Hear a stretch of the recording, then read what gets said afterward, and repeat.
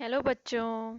आज बायो का मैं रिप्रोडक्शन चैप्टर का एक मेन टॉपिक मेंस्ट्रुअल साइकिल डाल रही हूँ। ठीक है, जैसे आप ऋतुस्राव भी कहते हो, माहवारी कहते हो। ठीक है, इससे पहले मैंने आपको स्ट्रक्चर ऑफ स्पर्म एंड ओवा बताया था, और उससे पहले गैमेटोजेनेसिस, और उससे पहले रिप्रोडक्टिव सिस्टम्स की बात की थी। ठीक है ना। तो आज चलिए, ये मेंस्ट्रुअल साइकिल जो मानव मादा होती है उनमें पाया जाता है और जनन के लिए क्या होता है, आवश्यक होता है, तो इसको पढ़ते हैं हम। चलिए स्टार्ट करते हैं।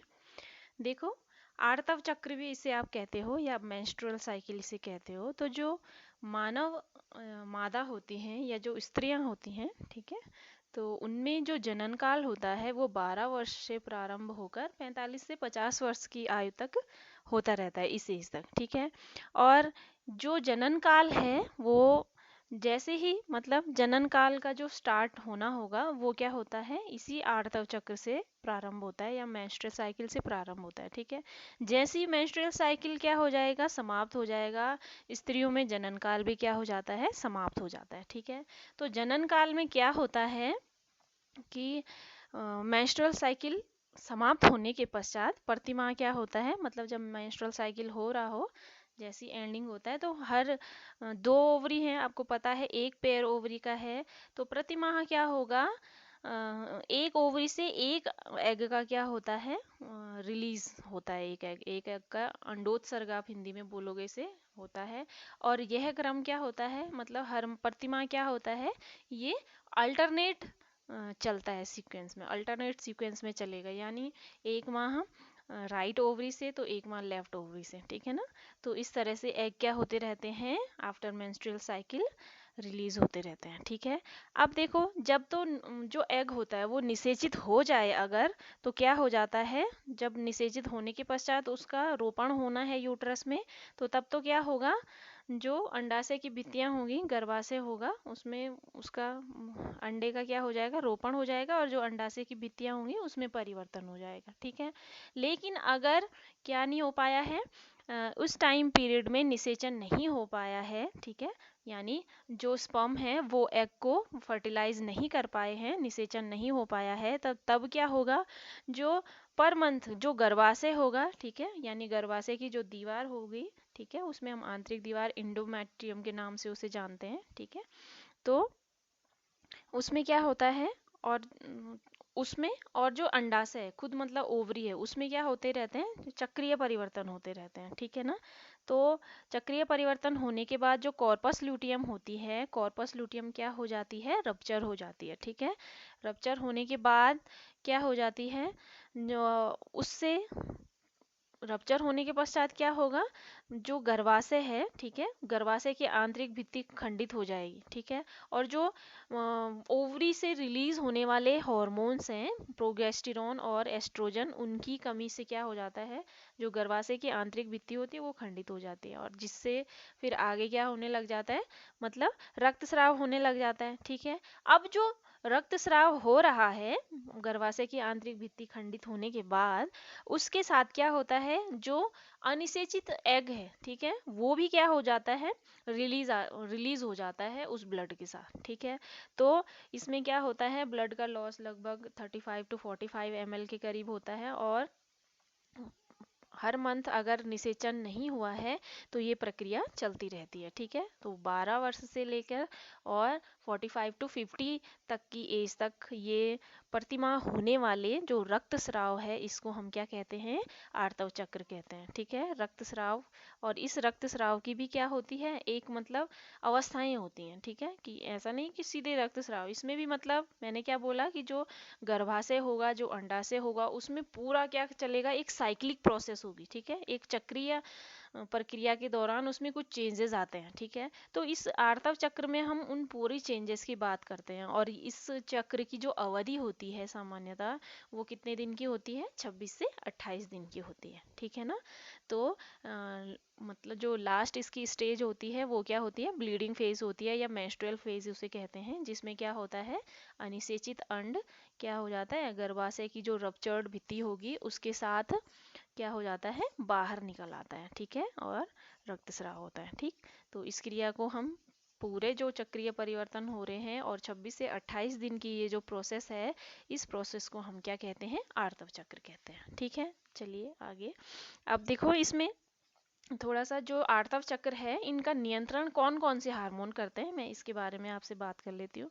तो जो मेंस्ट्रुअल पीरियड होता है, ठीक है, उसमें क्या होता है, हमारे मस्तिष्क में उपस्थित जो हाइपोथैलेमस होता है, पार्ट होता है मस्तिष्क का, उसमें उपस्थित जो अग्र पिट्यूटरी ग्लैंड होती है, उससे दो हार्मोन, ठीक है, जिसे हम क्या बोलते हैं, हिंदी में आप पढ़ लेना यहाँ पे, पुट्टिका प्रेरक हार्मोन, जिसे हम बोलते हैं इंग्लिश में फॉलिकल स्टिमुलेटिंग हार्मोन, और शॉर्ट में इसे हम एफएसएच बोल देते हैं। ठीक है, जो क्या करता है, जो ग्राफियन फॉलिकल होता है, उनके जो मैचुरेशन है या डेवलपमेंट है, ठीक है, उनके मैचुरेशन को, उनके डेवलपमेंट को क्या करता है, प्रेरित करता है वो। ठीक है, तो ये कहाँ से स्रावित होता है, अग्र पिट्यूटरी ग्लैंड से, जो कि मस्तिष्क के हाइपोथैलेमस पार्ट में होती है। दूसरा हार्मोन जो होता है वो भी अग्र पिट्यूटरी ग्लैंड से स्रावित होता है, जिसे हम क्या कहते हैं, ल्यूटिनाइजिंग हार्मोन कहते हैं। ठीक है ना, तो ये ल्यूटिनाइजिंग हार्मोन क्या करता है, जब ओवरी से एग रिलीज होना होगा, ठीक है, तो वहां से क्या, किसके लिए जिम्मेदार है, जो प्रोगेस्टेरोन हार्मोन्स हैं, उनके स्रावण को क्या करता है, प्रेरित करता है। ठीक है ना, और आपको पता है ओवरी से दो हार्मोन, एस्ट्रोजन और प्रोगेस्टेरोन क्या होते हैं, रिलीज होते हैं। ठीक है ना, तो ये है, तो ये तो हो गई हार्मोन्स की बात। अब आगे चलते हैं। देखो जो आर्तव चक्र है, इसकी मैंने यहाँ पे 3 प्रवस्थाएं कर रखी हैं, कहीं कहीं पे आपको 4 भी मिलेंगे, तो कोई बात नहीं। मैंने एक जो प्रोलिफेरेटिव फेज है, ठीक है, उसमें मैंने क्या कर रखा है, उसी के अंदर मैंने ओवुलेशन भी कर रखा है। ठीक है, तो कोई बात नहीं, ओवुलेशन फेज भी मैंने उसी के अंदर कर रखी है यहाँ पे, इसलिए मैंने 3 फेज इसकी बता रखी हैं। ठीक है ना, तो पहली है प्रोलिफेरेटिव फेज, ठीक है, दूसरी है सेक्रेटरी या ल्यूटियल फेज इसे कहते हैं, और तीसरी हम कहते हैं मेंस्ट्रुअल फेज। ठीक है ना, तो इस तरह से 3 प्रवस्थाएं मैंने कर रखी हैं। ठीक है, अब मैं क्या करती हूँ, इसमें मैं फर्स्ट डे से लेके और 28 डेज तक का करती हूँ। तो आप ये मत सोचिए कि मैंने तो यहाँ पे क्या कर दिया है, मतलब जो प्रोलिफेरेटिव फेज है, पुट्टिका प्रावस्था है, इसको पहले लिख दिया है और मैं बता पहले मेंस्ट्रुअल फेज को रही हूँ। ठीक है, तो मेंस्ट्रुअल फेज इसलिए मैं बता रही हूँ क्योंकि जो रक्तस्राव होता है वो फर्स्ट डे से लेके और 5 और 7 डेज तक चलता है, तो मैं वहाँ से स्टार्ट कर रही हूँ। ठीक है, तो चलिए यहाँ पे मैंने एक डायग्राम बनाया था ये वाला। ठीक है, तो इसको आप देख लेंगे, मैं इसको थोड़ा सा हल्का समझा देती हूँ आपको पहले, कि देखो फर्स्ट डेज में देखो मैंने यहाँ पे क्या कर रखा है, डिवाइड कर रखा है। ठीक है, इसमें थोड़ा सा आप देख लो, देखो फर्स्ट जो फेज है ये वाली, यहाँ से फर्स्ट से 7 डेज, ठीक है, इसको हम मेंस्ट्रुअल फेज और ब्लीडिंग फेज कहते हैं। ठीक है, इसकी अवधि कितनी होती है, 1 से 5 दिन या फिर 1 से 7 दिन। ठीक है, अगर जो ओव्यूम है वो क्या नहीं हो पाया, फर्टिलाइज नहीं हो पाया है, तो जो कॉर्पस ल्यूटियम होती है वो क्या हो जाती है, डिजेनरेट हो जाती है और कॉर्पस एल्बिकन्स फॉर्म करती है। ठीक है, हो गया। अब इससे गर्भाशय में क्या चेंजेस आएंगे, गर्भाशय में ये चेंजेस आएंगे कि क्या हो जाएगा, गर्भाशय में जो एंडोमीट्रियम होगी, ठीक है, एंडोमीट्रियम मैं बता देती हूँ, यहाँ कहीं पाई जाती है गर्भाशय में, बीच की भित्ति। ठीक है, तो वो क्या हो जाती है, डिसॉल्व होने लगती है। ठीक है, गर्भाशय में मतलब जो एंडोमेट्रियम होगी वो डिसॉल्व होने लग जाएगी। अब डिसॉल्व होने लग जाएगी तो कुछ ना कुछ क्या होता है, ब्लड लॉस हो जाता है। ठीक है, ये blood loss generally 35 to 45 ml, जैसा मैंने पहले बता दिया है, इतने तक का होता है। तो इस प्रोसेस को हम फ्यूनरल ऑफ अनफर्टिलाइज्ड एग भी कहते हैं, या हम ऐसे कहते हैं कि रोता हुआ यूट्रस या वीपिंग ऑफ यूट्रस। ठीक है, किसके लिए, मतलब ओव्यूम फर्टिलाइज नहीं हो पाया है, ठीक है, उसका निषेचन नहीं हो पाया है, तो उसको बोलेंगे हम फॉर लॉस्ट ओव्यूम। तो ओव्यूम क्या हो जाएगा, लॉस्ट हो जाएगा, क्योंकि रक्तस्राव के साथ वो क्या हो जाएगा, शरीर से बाहर निकल जाएगा। ठीक है, अब हॉर्मोन्स की मैं अगर बात करूँ, यहाँ पे जो मेंस्ट्रुअल फेज होती है यानी जो ब्लीडिंग फेज होती है, उसमें जो ल्यूटिनाइजिंग हार्मोन होता है, ठीक है, तो जो ल्यूटिनाइजिंग हार्मोन है उसका लेवल क्या हो जाता है, कम हो जाता है। यानी फर्स्ट टू 7 डेज में अगर हम बात करेंगे, यहाँ पे ये वाला देखो, ठीक है, तो फर्स्ट टू 7 डेज में ल्यूटिनाइजिंग हार्मोन ये वाला है जो ब्लू दिख रहा है आपको, देखो दिख रहा होगा, ये इसका गिरा हुआ इस तरह, ठीक है, तो वो कम है, ठीक है। अब जो एस्ट्रोजन है उसका लेवल क्या होगा, थोड़ा सा बढ़ा हुआ होगा, ठीक है। ये देखो एस्ट्रोजन, ये ब्लू कलर का दिख रहा है आपको, ये पूरा यहाँ तक देखो आप, मैं 7 डेज तक की बात कर रही हूँ, 7 डेज। ये देखो इस साइड मैंने क्या कर रखे हैं, 1 to 27 to 28 डेज का नॉर्मल मैंने साइकिल बना रखा है, ठीक है। तो आप यहाँ डेज देख लीजिए, यहाँ मैंने क्या कर रखे हैं, ये ओवेरियन हार्मोन्स हैं, ठीक है, और ये क्या है, पिट्यूटरी हार्मोन्स हैं, और बाकी ये जो यूट्रस है, ठीक है, उसकी दीवार है उस पे चेंजेस मैंने बता रखे हैं, और ये जो जो ओवेरियन इवेंट्स है ना, मतलब ओवरी में क्या क्या चेंजेस हो रहे हैं वो है, अगर निषेचित हो जाता है या नहीं होता है, ठीक है, तो उसमें है। तो इसमें देख लीजिए आप, तो मैंने क्या बोला, मेंस्ट्रुअल फेज में अगर हम हॉर्मोन्स की बात करेंगे उनमें क्या चेंजेस होता है, तो जो ल्यूटिनाइजिंग हार्मोन होता है, मैंने कहा ये देखो ग्रीन कलर का दिख रहा है, उसका लेवल क्या रहता है, कम रहता है। हम 7 डेज तक की बात कर रहे हैं, या 5 to 7 डेज मान के चल लीजिए, यहाँ पे 7, ठीक है, तो इसका लेवल कम। जो एस्ट्रोजन है यहाँ धीरे धीरे, यहाँ पे से आपको दिख रहा होगा ऊपर के लिए उठ रहा है, यहाँ सीधी लाइन जा रही है, ठीक है, यहाँ धीरे धीरे उठ रहा है, ठीक है। अब जो नेक्स्ट है क्या, प्रोगेस्टेरॉन हार्मोन है, ठीक है, तो प्रोगेस्टेरॉन हार्मोन का लेवल भी क्या हो जाता है, कम हो जाता है, ठीक है। यहाँ पे आपको दिख रहा होगा, ये देखो बिल्कुल कम है, ठीक है, बिल्कुल कम है। अब ये क्या होगा, आफ्टर 14 डेज बढ़ेगा, तो उसकी हम नेक्स्ट फेज में बात करेंगे, ठीक है। अब जो FSH है, यहाँ पे देखो ये FSH, ठीक है, इसको मैं पूरा मिटा देती हूँ। FSH रेड कलर का आपको दिख रहा है, इसका लेवल भी क्या हो रहा है, स्लो डाउन हो रहा है, ठीक है ना। तो हार्मोनल बैलेंस आपने देख लिया, या हार्मोनल सिक्रीशन आपने देख लिया मेंस्ट्रुअल फेज में, ठीक है ना, हो गया। अब इसके बाद नेक्स्ट चलते हैं हम, बात करूँ मैं किसकी, फॉलिकुलर फेज इसे बोलते हो आप, या प्रोलिफेरेटिव फेज बोलते हो, या हिंदी में पुट्टिका प्रावस्था बोलते हो। तो ये प्रावस्था क्या होती है, मैं इस डायग्राम में फिर बता देती हूँ, गोल वाला जो बता रखा है मैंने। ये इसकी अवधि कितनी होती है, 6 दिन से लगा लो, 6 से कितने 13 दिन तक, यहाँ, ठीक है। ये यही वाला मुझे डायग्राम मिला, तो मैंने इसमें ये लगा दिया 13 दिन तक, ठीक है। अब इसमें क्या होता है, अगर तो हम बात किसकी कर रहे हैं, अंडा क्या नहीं हो रखा है, निषेचित नहीं हो रखा है एग, तो क्या क्या होगा, ओवरी में क्या चेंजेस होंगे, ओवरी में ये चेंजेस होंगे कि क्या हो जाएगा, जो प्रीमो प्रीमोर्डियल फॉलिकल है, ये मतलब कोई भी एक क्या होगा, जो सेल्स होगी, जो फॉलिकल होगा, वो क्या हो जाएगा, डेवलप करने लग जाएगा, ठीक है। ग्राफियन फॉलिकल में क्या हो जाएगा, डेवलप करने लग जाएगा। देखो यहाँ पे दिखा रहा है कि क्या हो रहा है, धीरे धीरे वो क्या हो रहा है, ग्राफियन फॉलिकल में डेवलप हो रहा है। अब इसके बाद क्या हो जाएगा, यहाँ पे भी मैंने एक चित्र में बता रखा है आपको, यहाँ पे देखो, ठीक है, यहाँ पे क्या हो रहा है, ये देखो दिखा रखा है कि ये क्या है, प्रीमोर्डियल फॉलिकल है, जो धीरे धीरे ग्रो कर रहा है। अब ग्रो करने के बाद ये देखो ग्रोइंग फॉलिकल उसने लिखा हुआ है, इस तरह से हो जाता है, ठीक है। अब इसमें धीरे धीरे अगर आगे डेवलपमेंट करता रहता है तो क्या हो जाता है, थोड़ा कैविटी का फॉर्मेशन आ जाता है। और जो अब आप एग है, ठीक है, ओवरी की हम बात कर रहे हैं, तो ओवरी में जो भी एग होगा उसके डेवलपमेंट में ये होगा कि जो न्यूक्लियस होगा, ठीक है, ये दिख रहा है आपको न्यूक्लियस, एग में उपस्थित जो भी न्यूक्लियस होगा वो क्या हो जाएगा, एक्सेंट्रिक हो जाएगा, मतलब सेंटर में नहीं रहेगा, साइड पे आ जाएगा, ठीक है ना। तो ये हो जाता है। इसके बाद क्या होता है फिर, जो थीका इंटरना सेल होती हैं इसमें, ठीक है, जो थीका इंटरना सेल होंगी वो क्या हो जाएंगी, जो एस्ट्रोजन हार्मोन है उसको क्या करने लग जाएंगी, रिलीज करने लग जाएंगे, ठीक है। और धीरे धीरे जो एग होगा, यहाँ पे देखो जो एग होगा वो क्या हो जाएगा, यहाँ पे क्योंकि दिख रहा है आपको, एग देखो अंदर दिखा रखा है, उसके बाहर कुछ ना कुछ संरचना है, तो उसके बाहर क्या हो जाएंगी, जो जर्म सेल्स है उनसे एग मतलब सराउंडेड हो जाएगा, ठीक है। अब इसके बाद यूट्रस में क्या चेंज आएगा, मैं यूट्रस की यहाँ पे बात करती हूँ फिर से। तो यूट्रस में मतलब 6वें से 13वें दिन में क्या अंतर आ जाएगा, जो एंडोमेट्रियम होगी, जो मैंने बताया यहाँ पे इस वाले में, यहाँ पे मैंने बोला था कि एंडोमेट्रियम यहाँ होगी, यूट्रस ये पूरा है यहाँ पे, ठीक है। तो यहाँ पे क्या होगी, जो एंडोमेट्रियम यानी जो आंतरिक भित्ति होगी गर्भाशय की, वो क्या होने लग जाएगी, धीरे धीरे रिपेयर होने लग जाएगी। इससे पहले आपने क्या पढ़ा था कि जो एंडोमेट्रियम थी वो क्या हो गई, पूरी तरह से डिसॉल्व हो गई, और जिस कारण डिसॉल्व जब हुई वो, तो ब्लड बाहर निकलने लग गया। अब धीरे धीरे क्या होगा, वापस जब नेक्स्ट मतलब जो ब्लीडिंग है वो खत्म हो गई, उसके बाद हम 6वें से 13वें दिन की बात कर रहे हैं। तो अब इस एंडोमेट्रियम का धीरे धीरे क्या होने लग जाएगा, रिपेयर होने लग जाएगी, ठीक है। इसकी मोटाई फिर से बढ़ने लग जाएगी थोड़ा थोड़ा, ठीक है। तो कितनी लगभग बढ़ेगी इसकी मोटाई, 2 से 3 मिलीमीटर तक बढ़ेगी, ठीक है।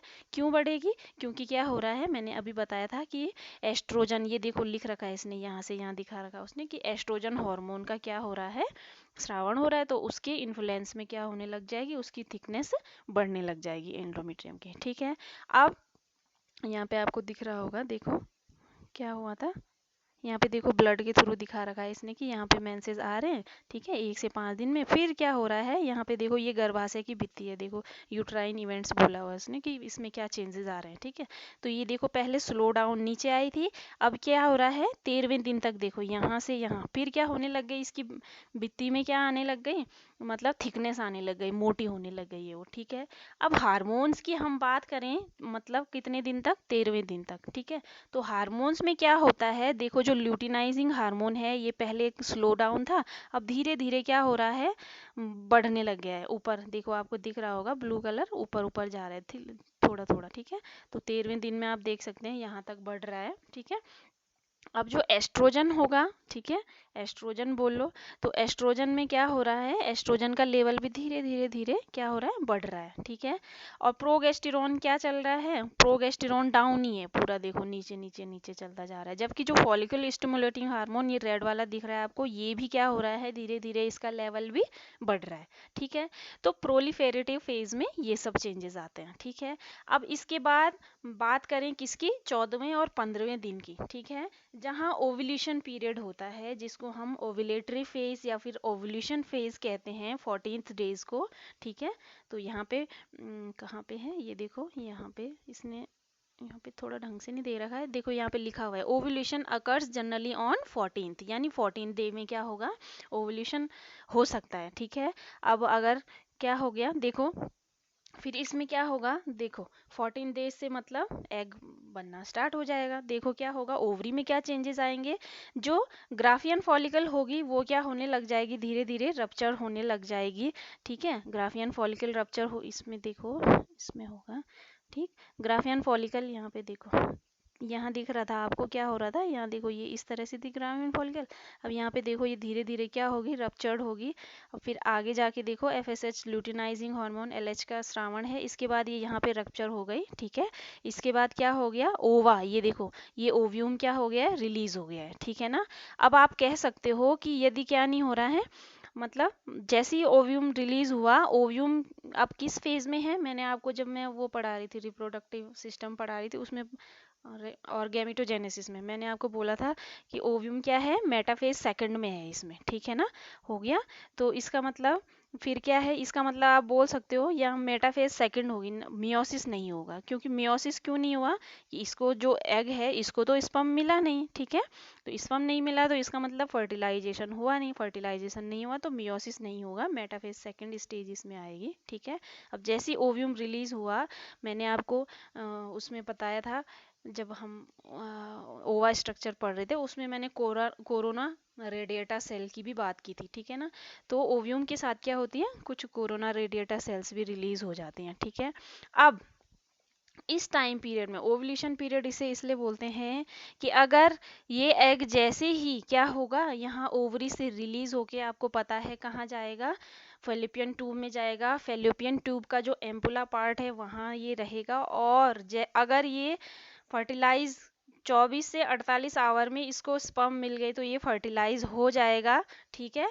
और फर्टिलाइज होके कहाँ चला जाएगा, यूट्रस में चला जाएगा। और 6 to 7 डेज में इसका फिर क्या होने लग जाता है, यूट्रस में इम्प्लांटेशन यानी रोपण होने लग जाता है, ठीक है। अब यूट्रस में क्या चेंज आएंगे, ठीक है, अगर ये रिली उसकी बात है, अगर फर्टिलाइज हो गया तो, नहीं हुआ तो क्या होगा, अब यूट्रस में क्या चेंज आएंगे, मैंने बोला कि जो एग है वो 24 to 48 आवर्स में अगर फर्टिलाइज हो गया तो ठीक है, नहीं होगा तो फिर क्या हो जाएगा, इसकी इतनी ही मतलब वो होती है, क्या बोलते हैं उसे, टाइम पीरियड होता है, मतलब इतने में फर्टिलाइज हो गया तो ठीक है, नहीं होगा तो अब ये क्या होगा, यूट्रस में कुछ चेंजेस होने लग जाएंगे। यूट्रस क्या होगी, फिर से क्या हो जाएगी, मोटी होने लग जाएगी। उसका देखो यहाँ पे दिखा देती हूँ मैं, है ना। ये देखो क्या हो रहा है, 35 to 45, 14 डेज की बात कर रही हूँ मैं। यहाँ पे ये क्या हो गई है, और मोटी हो गई है, ठीक है ना। और ओवल्यूशन में ये देखो एग बाहर निकल गया है, ठीक है। अब क्या होगा, हार्मोनल चेंजेस की बात करूँ मैं, हार्मोनल सिक्रीशन की बात करूँ, तो जो ल्यूटिनाइजिंग हार्मोन है इसका लेवल सबसे ज़्यादा होता है कहाँ, 14वें दिन में, ठीक है। तो पहले देखो डाउन, स्लो डाउन था, और अब यहाँ पे अचानक से क्या हो गया, 14 डेज में बढ़ गया है, ठीक है। इसके बाद जो फॉलिकल स्टिमुलेटिंग हार्मोन है ये देखो 14 डेज में बढ़ेगा, उसके बाद तुरंत क्या होने लग जाएगा, घटने लग जाएगा, ठीक है। एस्ट्रोजन का भी बढ़ेगा और प्रोगेस्टेरॉन, ये देखो इसके बाद क्या हो रहा है, आफ्टर 14 या 14 15 की बाद में करूँ तो ये क्या हो रहा है, घट जा रहा है, ठीक है, यूँ, ठीक है। तो ये इतना हो गया। इसके बाद अब देखो मैंने बोला क्या हो रहा है, 14वें दिन क्या हो जा रहा है, जो ग्राफियन फॉलिकल है वो फट जा रहा है और अंडाणु मुक्त हो जा रहा है, ठीक है। तो जो ग्राफियन फॉलिकल फटी थी, ठीक है, यानी उसका जो परिपक्वन है, ठीक है, और जो एग रिलीज हुआ था यानी ओवुलेशन हुआ था, इसको कौन कर रहा था, मतलब कौन सा हार्मोन इसे नियंत्रित कर रहा है, जिसका सबसे ज्यादा लेवल बढ़ा हुआ होगा, ठीक है। तो ल्यूटिनाइजिंग हार्मोन या एलएच हार्मोन इसको क्या करता है, नियंत्रित करता है। आप इस ग्राफ में भी देख सकते हो, देखो ल्यूटिनाइजिंग हार्मोन का लेवल क्या है, सबसे अधिक है, ठीक है ना। एट द किस दिन, यहाँ पे 14 डेज होगा तो 14 डेज में, ठीक है ना। तो ये है। इसके बाद बाकी मैंने जो बाकी के इन हॉर्मोन्स की तो मैंने बता दी कि एफएसएच में क्या होगा, उसका लेवल घटने लग जाएगा, ठीक है। देखो यहाँ ल्यूटिनाइजिंग हार्मोन का काफ़ी ज़्यादा है, जबकि एफएसएच का क्या है, कम है, ठीक है। एस्ट्रोजन है वो भी क्या हो जाएगा, काफ़ी बड़ा हुआ रहेगा, ठीक है। प्रोगेस्टेरॉन भी पहले से क्या हो रहा है, धीरे धीरे इंक्रीज कर रहा है उसका लेवल, ठीक है। तो ये तो हो गया हार्मोनल सिक्रीशन, ठीक है। अब लास्ट बात करती हूँ मैं किसकी, जो सेक्रेटरी फेज है, यानी जो ल्यूटियल फेज आप इसे बोलते हो, ठीक है। तो ल्यूटियल फेज में क्या होता है, इसकी मतलब इसका टाइम पीरियड क्या होगा, कितने दिन से, देखो 14 दिन तक तो हमने बात कर ली। अब बात करें हम कि कहाँ, 15 से 28 दिन की बात करें, तो अगर तो क्या नहीं हो रखा है, एग क्या नहीं हुआ, फर्टिलाइज नहीं हुआ, निषेचित नहीं हुआ, तो कॉर्पस ल्यूटियम क्या होने लग जाएगी, डिजेनरेट होकर क्या फॉर्म करेगी, वही कॉर्पस एल्बिकेंस फॉर्म करेगी, ठीक है।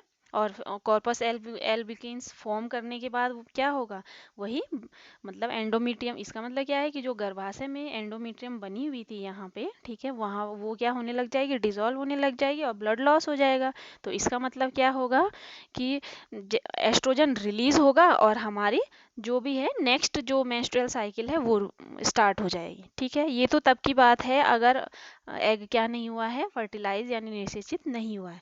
अगर एग फर्टिलाइज हो गया है, ठीक है, तो क्या होगा, जो कॉर्पस ल्यूटियम रहेगी वो एज सच बनी रहेगी, वैसी बनी रहेगी, और क्या हो जाएगा, जो यहाँ, अरे इसको ले लेती हूँ मैं, कॉर्पस ल्यूटियम क्या रहेगी, वैसी रहेगी, और क्या हो जाएगी, एंडोमीट्रियम यहाँ पे मतलब एक ये भी रप्चर नहीं होगा, एंडोमीट्रियम बना रहेगा, ठीक है।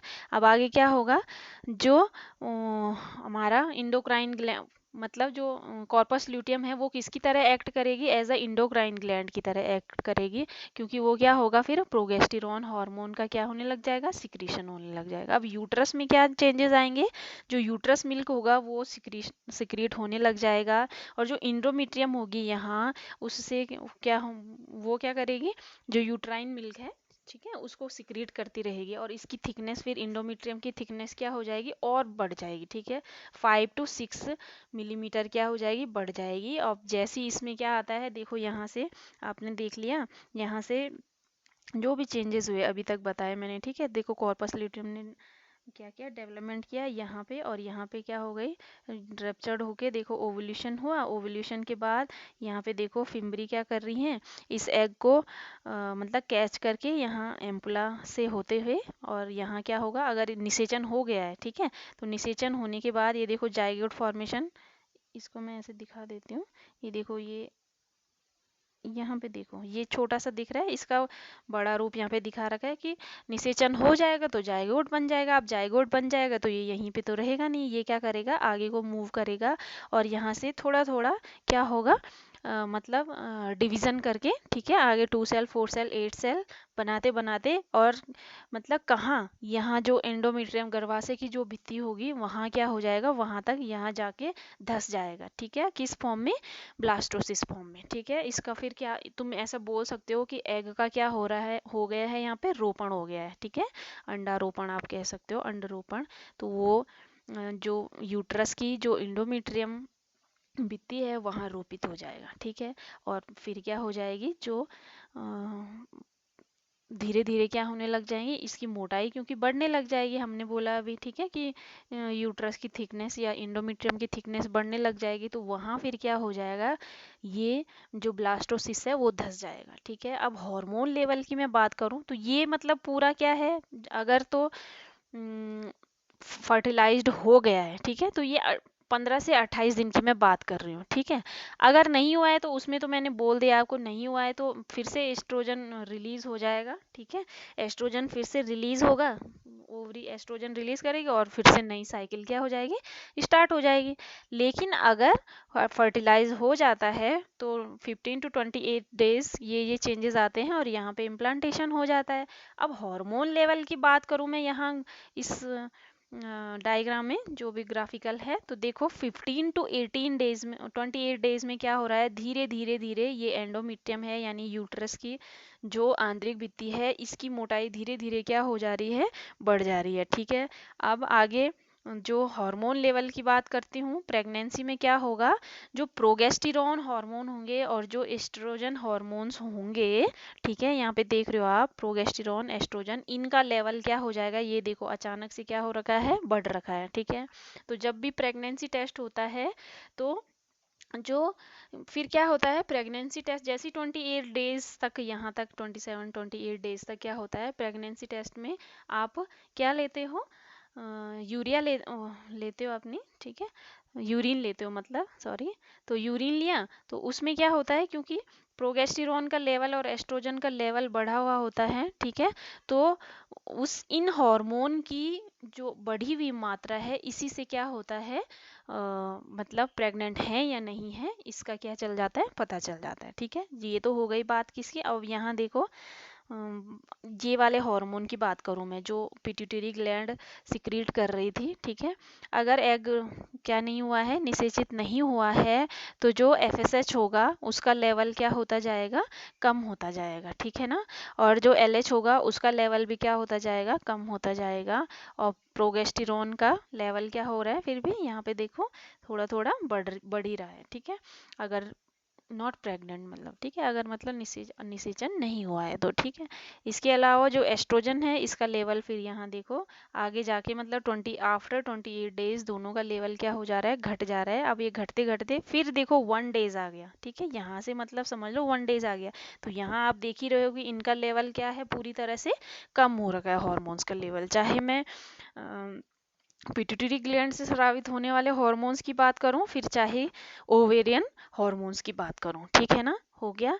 अब जब क्या हो रहा है, इसमें देखो यूट्रस की दीवार में आपने देख लिया पहले 1 to लगभग कितने 14 डेज तक, इसमें क्या है, मतलब यहाँ मेंसेस निकले आपके, उसके बाद धीरे धीरे इसकी श्रिंक होती गई, फिर श्रिंक होने के बाद अगर जो भी प्रोसेस बताया मैंने सेक्रेटरी फेज या ल्यूटियल फेज में अगर क्या हो जाता है, एग फर्टिलाइज्ड हो जाता है, तो इसकी थिकनेस बढ़ने लग जाती है। फिर क्या है, ये नेक्स्ट देखिए, इसमें 1 डेज में अगर नहीं हो पाता है एग फर्टिलाइज, तो क्या हो गया, यहाँ वापस से ये क्या हो गई, इसकी थिकनेस क्या हो जाती है, कम हो जाती है, ठीक है। तो वो थिकनेस की बात किसकी कर रही हूँ मैं, एंडोमेट्रियम की कर रही हूँ, ठीक है। अब चेंजेस इन ओवरी आपने देख लिया यहाँ पे, ठीक है, डेवलपिंग फॉलिकल्स है, इसके बाद ये मैच्योर फॉलिकल है, 14वें दिन में ओवुलेशन हो गया, उसके बाद फिर ओवुलेशन में अगर एग ये निषेचित हो गया तो ठीक है, नहीं हुआ तो फिर से वापस से क्या होता है, कॉर्पस ल्यूटियम डेवलप होने लग जाती है और क्या करेगी आगे, ये रिग्रेसिंग करती रहेगी कॉर्पस ल्यूटियम, ठीक है, रप्चर उसमें रप्चरेशन होगा, ठीक है, उसमें रिपेरेशन होगा, ठीक, फिर धीरे धीरे वही सब ये साइकिल मतलब चलती रहेगी, ठीक है। वही हॉर्मोन्स लेवल घटना बढ़ना, ठीक है। यही 4 प्रवस्थाएं जो मैंने बताई आपको। ब्लीडिंग फेज आएगी अगर फर्टिलाइज्ड एग नहीं हुआ है, ठीक है। फिर प्रोलिफेरेटिव फेज आएंगी, ठीक है। फिर वही ओवुलेशन होगा, फिर 14 डेज में ओवुलेशन होगा, उसके बाद फिर से सेक्रेटरी फेज आएगी, ठीक है।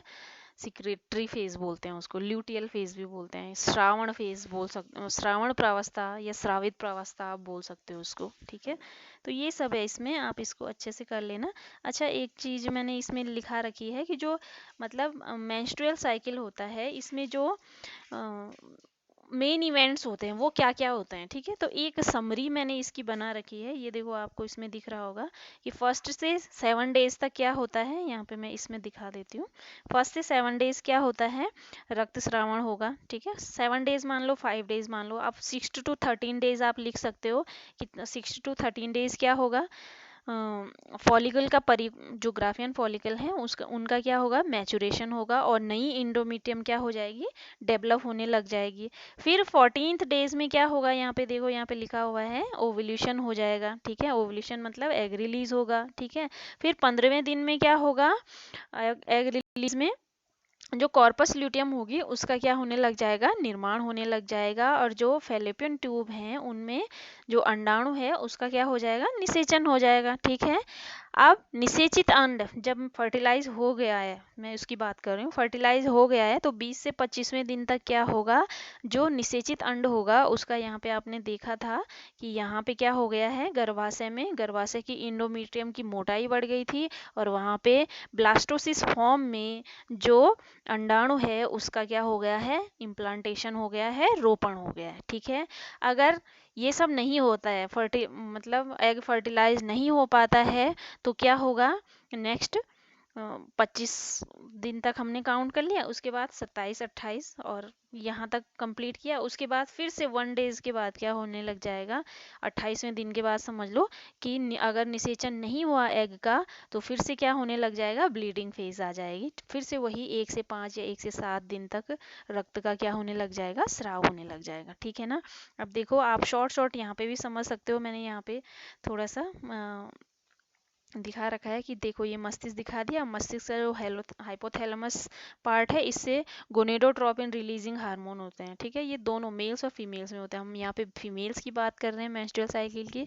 तो पिट्यूटरी ग्लैंड से ल्यूटिनाइजिंग हार्मोन और जो एफएसएच हार्मोन है, इनका क्या हो रहा है, सिक्रीशन हो रहा है, ठीक है। अब यहाँ ओवरी में देखो, ओवरी है तो ओवरी से 2 हार्मोन मैंने बोला था, जो एलएच है वो क्या करता है, एस्ट्रोजन की सिक्रीशन को कंट्रोल करता है, ठीक है। अब ओवरी से 2 हार्मोन, एस्ट्रोजन और प्रोगेस्टेरोन सिक्रीट होंगे, ठीक है। बाकी जो यूट्रस है, फेलोपियन ट्यूब है, ठीक है, और जो अंडवाहिनियां, नहीं, फेलोपियन ट्यूब और यूट्रस हो गया, ठीक है, और ये ओवरी हो गई, इनका रोल भी आपने देख लिया क्या क्या करती हैं, ठीक है। तो ये सब है इसमें सारा, आप इसको अच्छे से समझ लेना, ठीक है। तो ये पूरा बता दिया, और इसको भी ये डायग्राम भी बनाना, इसमें पूरा दिखा रहा है वो, ठीक है। यहाँ पे देखो ये सब कि यहाँ एग ओवुलेशन हो गया, इसके बाद अब ओवुलेशन के बाद ये दोबारा से क्या हो रहा है, धीरे धीरे ग्राफियन फॉलिकल्स एम्प्टी हो गई थी, यहाँ पे एग रिलीज हो गया था। अब क्या हुआ आगे, फिर कॉर्पस ल्यूटियम डेवलप कर गए, उसके बाद ये क्या हो जाएंगे, डिसॉल्व होके फिर से वही फर्स्ट डेज आ जाएगी या फर्स्ट दिन आ जाएगा, जिसमें क्या हो जाएगा, डिसॉल्व होके एंडोमेट्रियम क्या कर लेगी, रक्त का स्रावण कर लेगी, ठीक है ना। और निषेचित अंड भी क्या हो जाएगा, उस रक्त के साथ क्या आ जाता है, बाहर आ जाता है, ठीक है। तो ये सब है इसमें, मैंने ये वाला भी बता रखा है, ये बहुत इंपॉर्टेंट है, ठीक है। तो इसमें आप ऐसा कर लेना, जो ओवेरियन हॉर्मोन्स हैं और जो पिट्यूटरी हॉर्मोन्स हैं, इन हॉर्मोन्स को एक साथ बना लेना, ठीक है।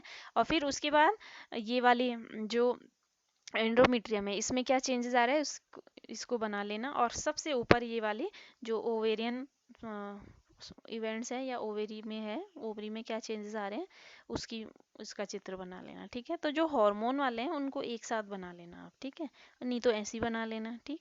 और ये वाला भी है साइकिल वाला, ये तो मैंने जस्ट एज एग्जांपल तुम्हें ऐसे दिया है कि 28 डेज का बना देती हूँ। इसमें साफ साफ दिख रहा है कि इफ फर्स्ट डेज में क्या है, फर्स्ट टू 7 डेज में क्या हो रहा है, ब्लीडिंग फेज आ रही है, फिर 7 to 13 डेज में क्या हो रहा है, ठीक है। फॉलिकुलर फेज आ रही है, फिर 14 डेज में ओवल्यूशन हो रहा है, ठीक है, फिर 15 टू 28 डेज, यहाँ पे देख लेना आप, 15 टू 28 डेट क्या आ रही है, सिक्रेटरी फेज आ रही है या ल्यूटियल फेज आ रही है, ठीक है। इसमें क्या हो रहा है, दोनों कंडीशंस हैं। अगर फर्टिलाइज हो गया एग तो क्या हो जाएगा, जो एंडोमेट्रियम है उसकी थिकनेस सबसे ज़्यादा बढ़ जाएगी, ठीक है, मतलब इस टाइम पे 5 to 6 mm बढ़ जाएगी। नहीं फर्टिलाइज होता है तो क्या हो जाएगा, जो हार्मोनल सिक्रीशन के साथ साथ ठीक है क्या हो जाएगी, जो एंडोमेट्रियम है वो डिजोल्व होके, ठीक है, एज अ ब्लड के फॉर्म में बाहर आ जाएगी और अनफर्टिलाइज्ड एग भी बाहर आ जाएगा। और फिर से यही क्या हो जाएगा, यहाँ पे दिख रहा है देखो, इफ नॉट, यहाँ पे लिख रखा है उसने, if the fertilization does not occur और if the fertilization does occur, तो तब नहीं होता है तो उसके बाद वापस ये वाला आ जाता है कि 1 to 7 क्या हो जाएगा, ब्लीडिंग फेज दोबारा से आ जाएगी, ठीक है। तो इतना आप इसको कर लेना बेटा, ये बहुत इम्पोर्टेंट भी है, ठीक है। चलिए।